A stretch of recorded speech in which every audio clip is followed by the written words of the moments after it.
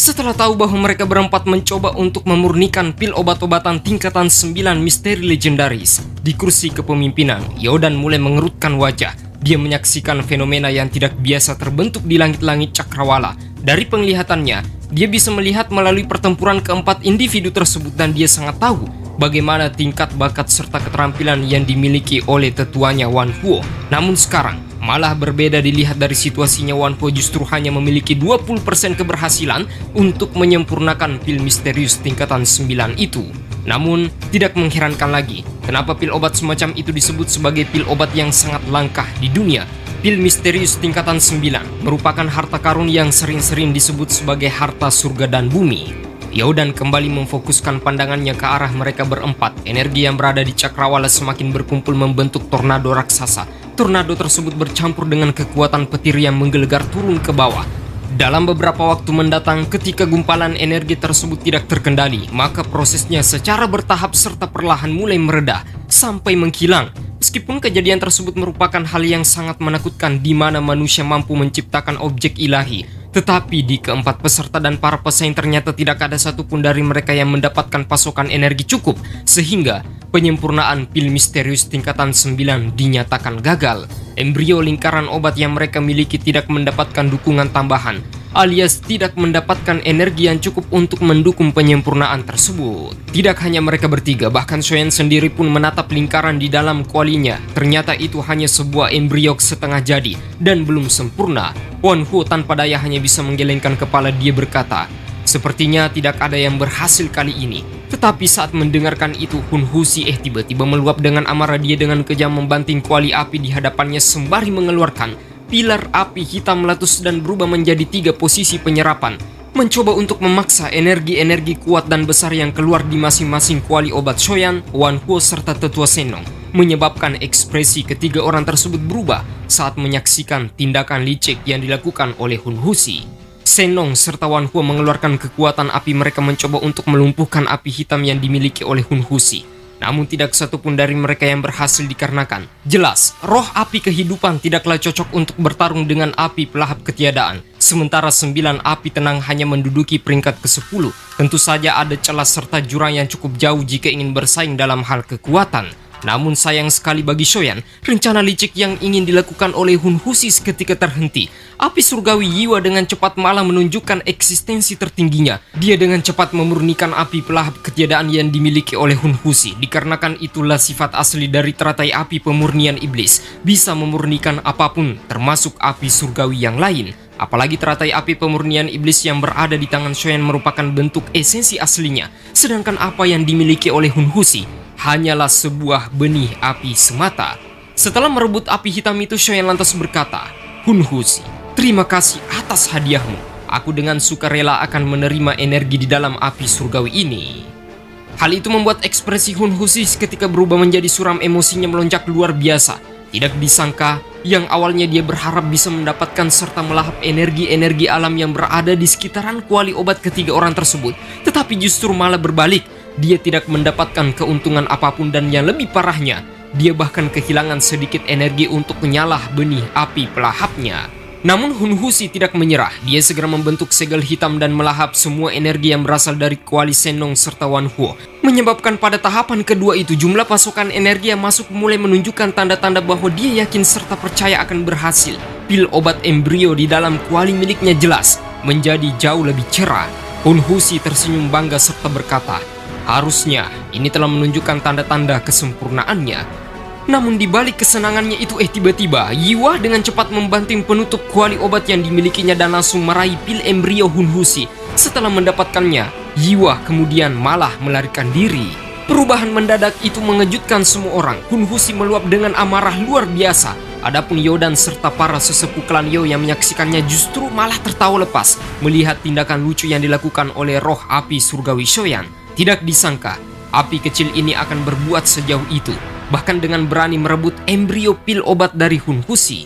Setelah Yiwa kembali, dia segera menyerahkan energi tersebut kepada Shoyan. Hun Husi yang melihatnya berteriak dengan amarah, bocah, aku akan merobek serta mencabik-cabikmu menjadi beberapa bagian hari ini. Amarah Hun Husi benar-benar pecah. Ini adalah kali pertama dia direndahkan oleh seorang bocah seperti Shoyan di depan umum. Penghinaan semacam itu jelas tak bisa dimaafkan. Nyala api hitam tiba-tiba melesat keluar dari kuali apinya, berubah menjadi naga raksasa dengan membabi buta melesat menggunakan kecepatan penuh menuju ke arah Shoyan. Mulut raksasa dipenuhi dengan kekuatan pelahap yang tiada habis, namun tepat ketika serangan tersebut hendak menyentuh Shoyan, terdengar suara mengatakan bahwa Hun Husi, karena kau sangat menyukai energi, maka aku yang tua akan memberikan sebagian hal itu kepadamu. Lautan api hijau seketika menyapu dari bawah menjulang tinggi, menumbuhkan sebuah pohon raksasa yang tak terhitung jumlahnya.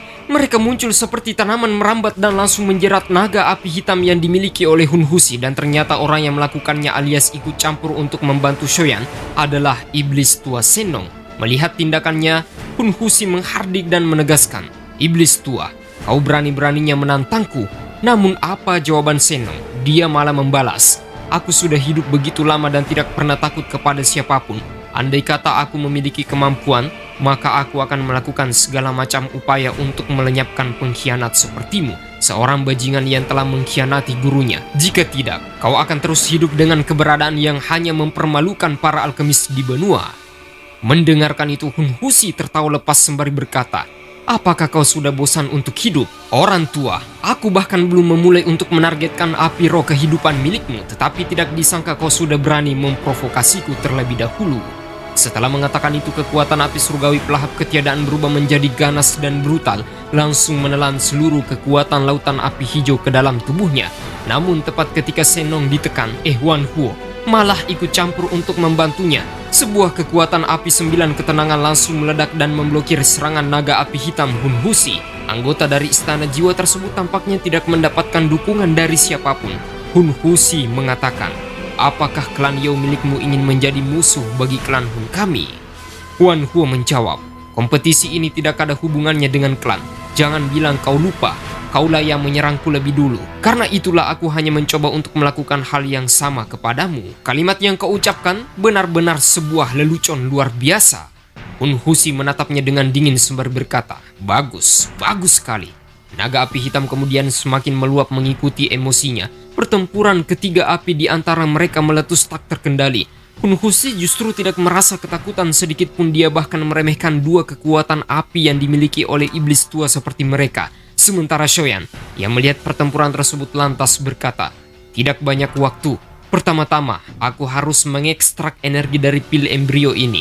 Api surgawi Yiwah kemudian memadat meningkatkan suhu pembakarannya ke intensitas yang paling tinggi sampai singkatnya. Pil embrio pun berhasil dimurnikan serta disempurnakan. Tentu saja setelah selesai, Hun Husi langsung bisa merasakannya. Dia sebenarnya adalah pemilik dari embrio itu dan malah direbut paksa oleh api Yiwah. Karenanya serangan naga api hitam kemudian merobek udara dan menghempaskan kekuatan dua api, yaitu api yang dimiliki oleh tetua Senong dan juga Wan Huo. Serangan tersebut melesat lurus menuju ke arah Shoyan. Shoyan menjentikan jarinya, cahaya hitam menyala dan langsung mengeluarkan sang boneka Raja Utara menghantam udara kosong. Tabrakan dua kekuatan layaknya bola meriam pecah. Pertempuran intens kembali terjadi. Namun setelah memblokirnya, Shoyan tiba-tiba merasakan bahwa pil obat yang berada dalam kualinya tampaknya tidak menunjukkan tanda-tanda pembentukan kesempurnaan, meskipun telah mendapatkan pil embrio yang didapatkan dari Hun Husi. Itu dikarenakan menyempurnakan pil misterius tingkatan 9 harus benar-benar mencukupi asupan yang dibutuhkan. Karena itulah ketika melihat Shoyan kesulitan, tetua Senong lantas berkata bahwa anak muda, efek serta khasiat obat dari pil embrioku telah terganggu oleh Hun Husi. Karena itulah lebih baik memberikannya padamu. Kau bisa menyempurnakan pil misterius tingkatan 9 yang ingin kulihat di sepanjang hidupku. Semuanya akan bergantung pada keberuntunganmu. Begitupun dengan tetua Wan Huo. Dua iblis tua tersebut sudah tidak memiliki harapan untuk menyempurnakan pil misterius tingkatan 9. Yang pertama, karena dukungan api yang mereka gunakan terbilang sangat rendah. Kemudian ditambah lagi dengan gangguan serangan yang dilancarkan oleh Hun Husi, membuat semuanya gagal total. Karena itulah satu-satunya harapan agar mereka bisa melihat pil misterius tingkatan 9 adalah bergantung kepada Shoyan. Setelah energi yang sangat besar mengalir masuk ke dalam kuali obatnya, awan gelap kembali menutupi langit-langit yang cerah. Cahaya kecil muncul, lingkaran hitam menutupi tanah. Petir emas bergerombol, membawa kekuatan penghancur gemuruh, menyebabkan banyak manusia menampakkan wajah pucat ketakutan. Ini adalah kali pertama mereka melihat pil petir yang sangat-sangat mengerikan. Tidak lama setelah perputaran di dalam kuali obat berlangsung, maka gelombang aroma obat seketika menyebar dengan begitu cepat. Adegan ilahi layaknya dewa itu membuat hati banyak alkemis tanpa sadar bergetar. Yodan menyaksikan fenomena yang tidak biasa, yaitu manik-manik kilau turun dari langit. Sebuah hujan turun dan itu merupakan pertanda awal dari kebangkitan, kelahiran, serta kemunculan pil misterius tingkatan 9 yang sangat-sangat langka di dunia. Ketika dituangkan ke dalam cetakan terakhir, energi murni mulai terbentuk. Tanpa sadar, Shoyan mengungkapkan kegembiraan luar biasa saat dia mengetahui bahwa perubahan yang terjadi dalam pandangan matanya merupakan bentuk esensi dari pil misteri tingkatan 9 legendaris. Suara gemuruh bercampur dengan petir hitam layaknya ular piton raksasa menerobos awan tebal. Perpaduan suhu pembakaran dari teratai api iblis menyebabkan gejolak layaknya bencana alam turun ke dunia. Retakan demi retakan terjadi berlangsung selama 10 menit. Dan itu sangat menakutkan. Bahkan di tingkatan seorang ahli dosen yang berada di sana pun tak mampu bertahan saat mendengarkan pekikan suaranya. Satu cahaya tiba-tiba melintas dan muncul dari atas. Ketika Shoyan melihatnya, ternyata pil legendaris tingkatan 9 itu malah berniat untuk melarikan diri ketika berhasil terbentuk sempurna. Kejadian itu membuat wajah-wajah orang yang dipenuhi dengan keserakahan luar biasa tiba-tiba muncul dan malah mereka berniat untuk merebutnya secara paksa. Namun Shoyan langsung mengeluarkan sayap tulang miliknya dan langsung mengeluarkan teknik ilahi musim semi kuning. Tetapi tidak disangka, ketika serangan Shoyan hendak untuk menghantamnya tiba-tiba pil misteri legendaris tingkatan 9 tersebut malah berubah menjadi sosok manusia. Dan yang lebih mengejutkannya adalah dia berubah menjadi seorang wanita cantik berambut hitam panjang dengan tubuh indah yang sangat-sangat lembut.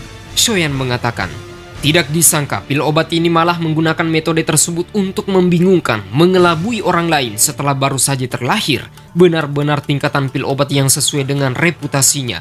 Namun di hadapan Shoyan yang ahli dalam hal obat-obatan, tentu saja hal itu malah membuatnya tertawa.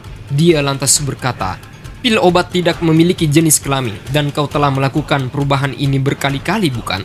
Shoyan mengadahkan ujung jarinya, mengeluarkan jejak spiritual dan langsung mengubah sesosok wanita cantik itu berubah menjadi pil obat kembali dengan ukuran bundar seukuran mata naga, memancarkan berbagai aroma luar biasa yang tersisa.